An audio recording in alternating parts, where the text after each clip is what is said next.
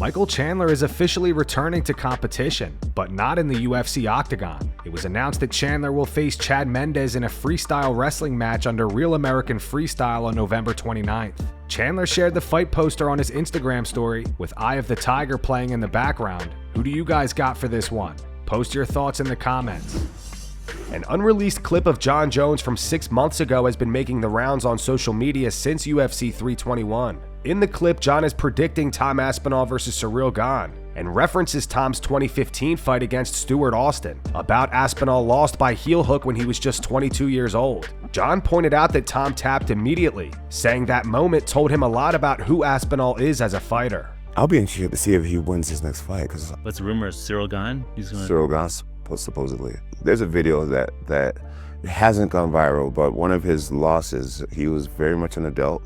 I believe already a black belt, and he was taken down and the guy twisted his ankle. He had no defense. He tapped so quickly. I had a fight where I got arm barred and I was literally willing to let somebody break my arm before giving up. This is Vitor Belfort.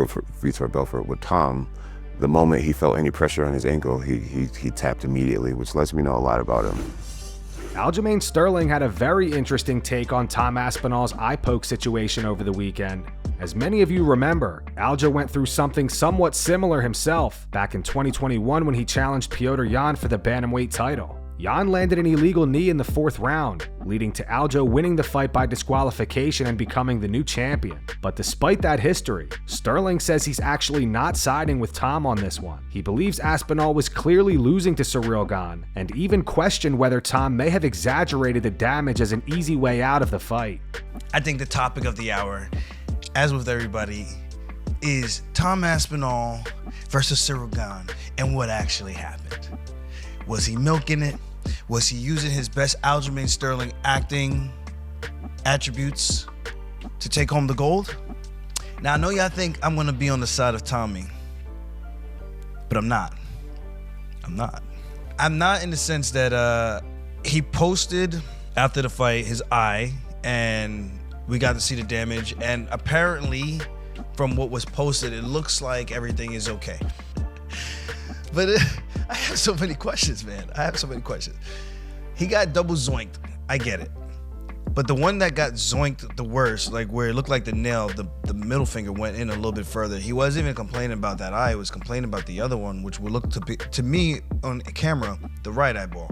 Mind you, the reason why I think this does not look good, and I'm gonna just say it straight, Tommy Aspinall was losing that fight. Right away, the guy is saying, I can't see.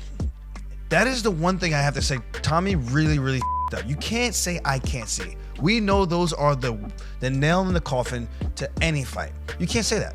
So if you actually want your 5 minutes to try to recover, to see if you can stay in the fight, you can't use those words. Just say, okay, let me take my time to see if things get better.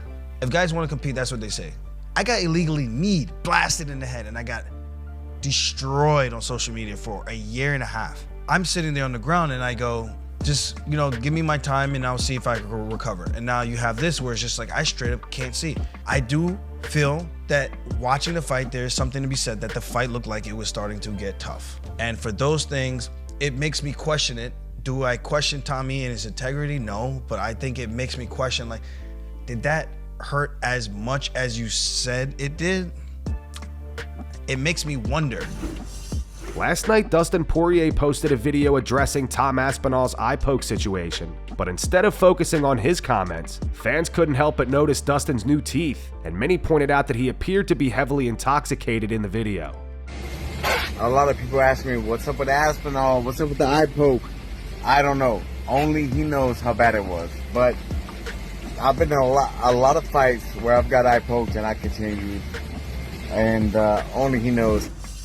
At UFC 321, Mackenzie Dern defeated Vina Jandiroba via unanimous decision to become the new UFC Women's Strawweight Champion. The two fought for the vacant title after Zhang Weili chose to move up to flyweight to challenge Valentina Shevchenko for her belt. Leading up to the fight, Dean Thomas called it the most insignificant title fight in UFC history. Mackenzie appeared on the Ariel Helwani show yesterday and responded to Dean.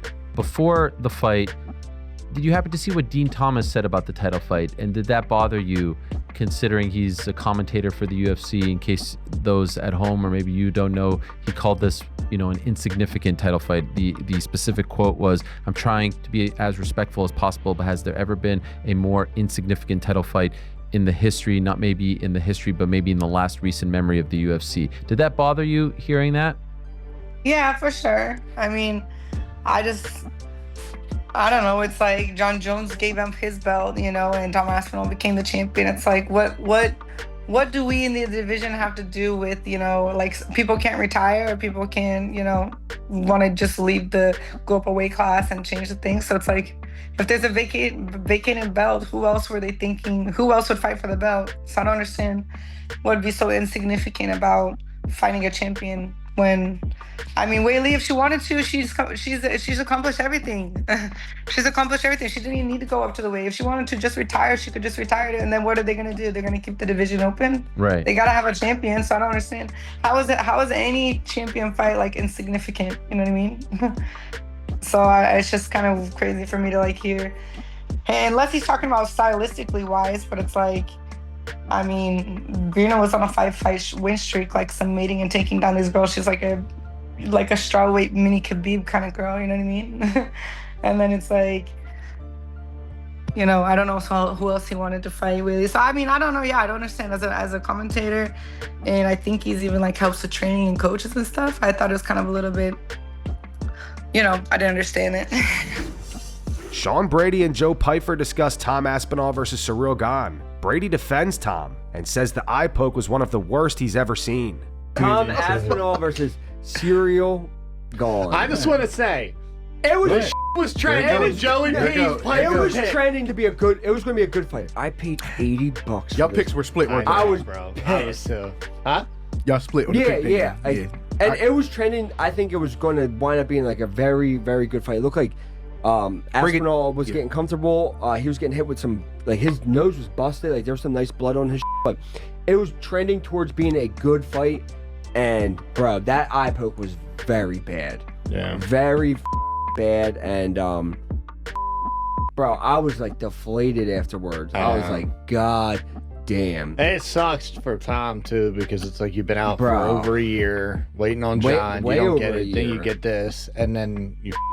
I don't know. Yeah, and then like he was getting booed afterward. He's like, bro, I didn't poke myself in the eye, like, and yeah, but then bro. Everybody's counter to it, social media wise, was like showing everybody else that got poked in the eye that continued to fight and won.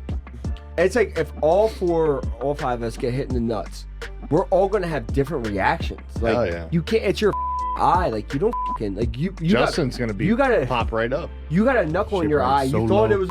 I thought my eyeball went to the back. How many times? Like, you get punched sometimes and you think you get poked. Yeah. His one finger was in his skull. Mm-hmm. Yeah, like, it was a good quarter of his finger just. Bam. Yeah. So you think Tom like, and that's some nut. You think Tom Aspinall didn't want to continue that? Like, you think he didn't want to fight that mother? Demetrious Johnson shared his thoughts on the upcoming fight between Islam Makhachev and Jack Della Maddalena, saying it'll be one of two things, either very boring or very exciting, depending on how each fighter approaches the matchup. It turned out to be a banger fight. For him to take on a guy like Islam Makhachev, not steering away from that challenge. And you know, Islam is coming up, so he's going to be, I feel like comparably size-wise, they're going to be about even, you know. Islam's super good.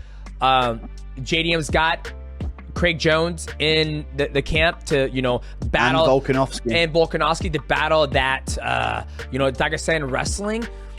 It's going to be, it could be two things. It could be a very, very boring fight, or it could be a very, very exciting fight. Meaning by the way it could be boring is if Islam's able to take down JDM and get his back, hold him there, out grapple him, stifle him, he could potentially do that. But the one thing I love about JDM when he fights is he never accepts the position.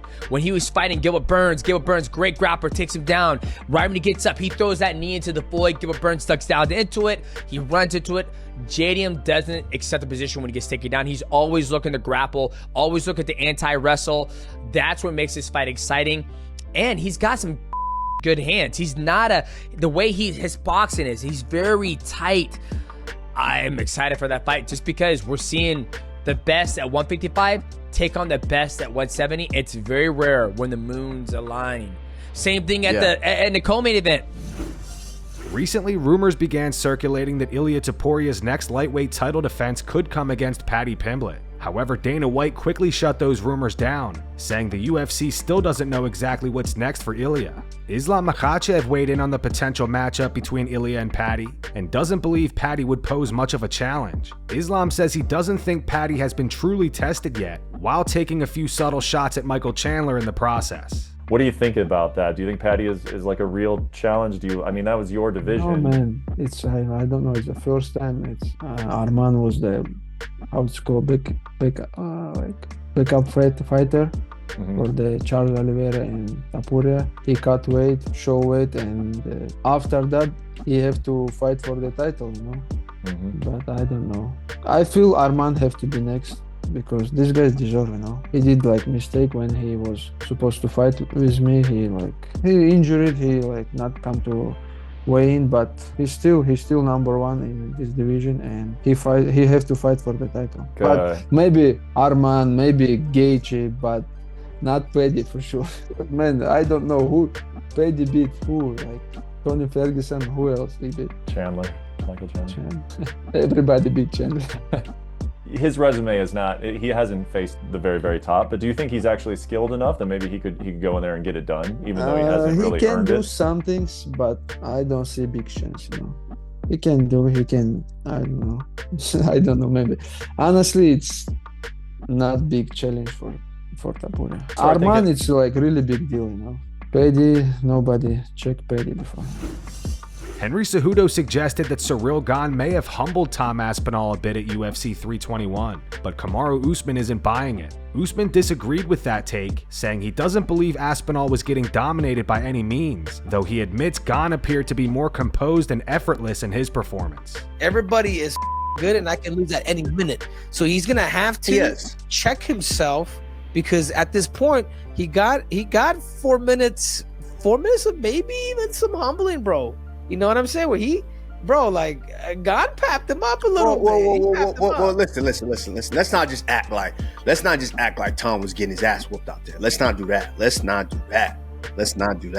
Tom looked fast, looked strong, looked big, he was throwing them things too. They both touched each other. It's just that Ciryl Gane looked a little more effortless. Yeah, but anyways, come on, we could be on this. We could be on this forever, bro. But I ain't like how you threw my brother DC under the bus like that. I ain't like how you did that. but the anticipation for this rematch is a lot bigger. You're right. The odds have gotten closer, but here I think this pisses Tom off even more. This is more fuel to the fire. And can I tell you something? Is that a good thing for a nice guy? He already fights you. Think about it, Kamaru. Listen to what I'm going to say, and then we can move on, bro. A nice guy? The way he was putting his people away, that's a nice guy? Michael Bisping believes Tom Aspinall's father made a big mistake, saying that he doesn't want Tom to re-sign with the UFC and would rather see him transition to boxing. Yeah. And there was the whole thing with DC. Remember that? You probably saw that, whispered into the microphone. He didn't need to release that, so he kind of dropped the ball a little bit there. And then his dad was talking about the boxing things. After this contract, we're leaving. And I was like, what are you doing? You don't negotiate like that in public. You speak to them men to men, man to man.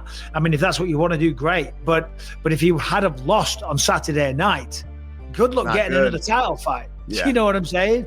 Now, again, I'm not speaking for the UFC. That's just me sitting here just got off a plane in Dubai.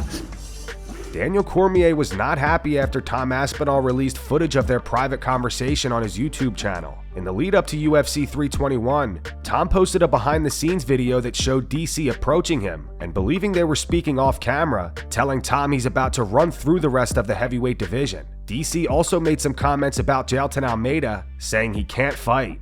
These matchups in this division, what type of run you can go on. Yeah, man. You go crazy. You can change your life. Yeah. Because what is Almeida's fighting?